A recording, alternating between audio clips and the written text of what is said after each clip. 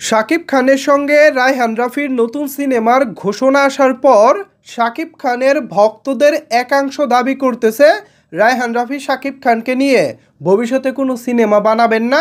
তিনি মূলত এখন আলোচনায় থাকার জন্যেই এই খবরটি মার্কেটে ছেড়েছেন। তা না হলে যে সিনেমার শুটিং শুরু হবে আগামী বছর অর্থাৎ 2026 সালের নভেম্বরে, আরও এক বছর পরে, সেই এক বছর পরের নিউজ এক বছর আগে করা হচ্ছে কেন? এই নিউজটা তো আগামী বছরের মাঝামাঝিও করা যেত। লজিক আছে কিন্তু কথায়। আমি পয়েন্ট টু পয়েন্ট কথা বলবো। সাকিবিয়ানরা, বেশ কিছু সাকিবিয়ান আমাকে ইনবক্সে কথা বলেছেন, আমার বেশ কিছু ভিডিওর কমেন্টস বক্সে তারা কথা বলে জানতে চেয়েছেন, ভাই আপনারা রায়হান রাফির নতুন সিনেমা নিয়ে এইভাবে নিউজ করতেছেন, এত উচ্ছ্বসিত কেন? রায়হান রাফি তো এটা আলোচনায় থাকার জন্যও করতে পারেন। আদৌ তিনি সিনেমাটি করবেন কি করবেন না তারও তো কোনো নিশ্চয়তা নাই। এছাড়া শাকিব খান যে তিনি রায়হান রাফির আন্ডারে কাজ করবেন এটাও তো আমরা শিওর না। কথা কিন্তু সত্য।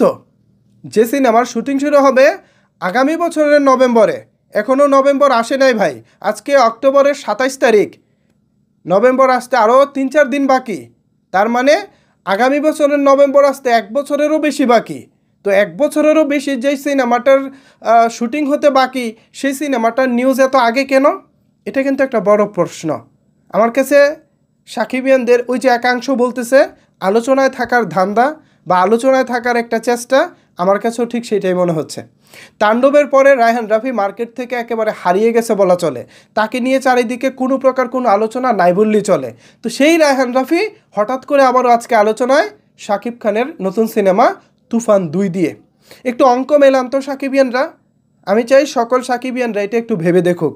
একাংশ না, আমি চাই সম্পূর্ণ সাকিবিয়ানরা বিষয়টি ভেবে দেখুক। তবে একাংশ সাকিবিয়ানরা যে দিন দিন স্মার্ট হয়ে উঠেছেন, তাদের চিন্তা ভাবনায় যে অনেক বেশি ভালো কিছু আসছে, সেটা কিন্তু আজকের এই কমেন্ট, আজকের এই অবস্থান দেখে অনেকটাই পরিষ্কার হওয়া যাচ্ছে।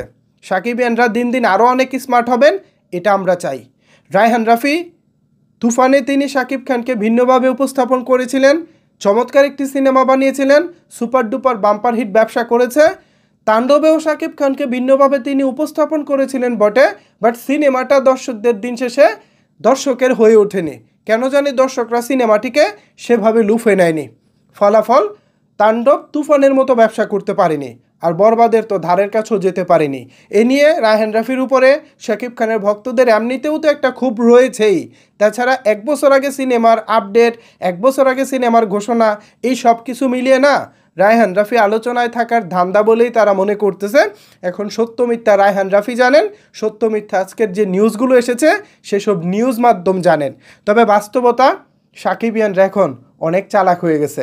তাদেরকে ফাঁকি দেওয়া এখন মনে হয় আর সম্ভব হবে না। সো নির্মাতাদেরকে বলবো, এখন থেকে ভেবেচিন্তে সিদ্ধান্ত নিন, ভেবেচিন্তে কাজ করুন, কারণ সাকিবিয়ানরা এখন অনেক চালাক হয়ে গেছে। তো ভিউয়ার্স, এ বিষয়ে আপনারা কি ভাবছেন? আসলেই কি রায়হান রাফি শাকিব খানকে নিয়ে সিনেমা বানাবেন, নাকি তিনি এখন আলোচনায় থাকার জন্য জাস্ট কিছু একটা মার্কেটে ছেড়ে দিয়েছেন? কি মনে হয় আপনাদের? জানিয়ে দিন আপনার মতামত নিচের কমেন্টস বক্সে। ধন্যবাদ সবাইকে এতক্ষণ আমার সাথে থাকার জন্য।